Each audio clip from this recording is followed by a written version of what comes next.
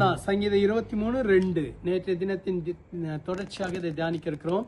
அவர் என்னை புல்லுள்ள இடங்களில் மேய்த்து அமர்ந்த தண்ணீர்கள் அண்டையில் என்னை கொண்டு போய் விடுகிறார். தாவீது கர்த்தரை தன்னுடைய மேய்ப்பனாய் வைத்திருந்தார். தாவீது கர்த்தருடைய ஆடாக இருந்தார். உங்களுடைய வாழ்க்கையிலும் நீங்க கர்த்தரை மேய்ப்பனாக வைக்கும் போது அந்த மேய்ப்பன், நல்ல மேய்ப்பன், சரியான இடங்களிலே உங்களை நடத்தி செல்வார்.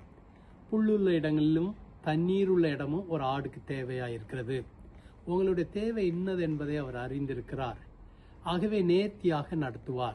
நீங்க அவரை நல்ல மேய்ப்பன் என்று விசுவாசிக்கிறீங்கல்ல.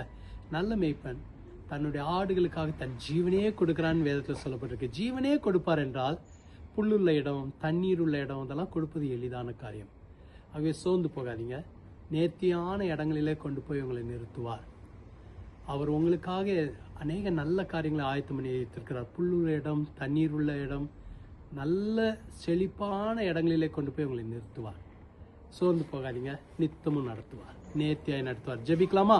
எங்களை அதிகமாக நேசிக்கிற எங்கள் நல்ல ஆண்டவரே, இந்த நல்ல நாளுக்காக நன்றி செலுத்துகிறோம். நீர் எங்களை நேர்த்தியாய் நடத்த வல்லவர். புல்லுள்ள இடங்களையும் தண்ணீர் உள்ள இடங்களையும் நீர் எங்களுக்காக ஆயத்தம் பண்ணி வைத்திருக்கிறீர். நாங்கள் உங்களுடைய ஆடுகள். நீர் எங்களுடைய நல்ல மேய்ப்பன். உங்களுடைய பிள்ளைகளை நேர்த்தியாய் நடத்தும், ஆசீர்வதியும், வழி நடத்தும், பலப்படுத்தும், பெரிய காரியங்களை செய்வீராக. இயேசுவின் மூலம் ஜெபிக்கிறோம் பிதாவே. ஆமென். கர்த்தர் உங்களை ஆசீர்வதிப்பாராக. ஆமென்.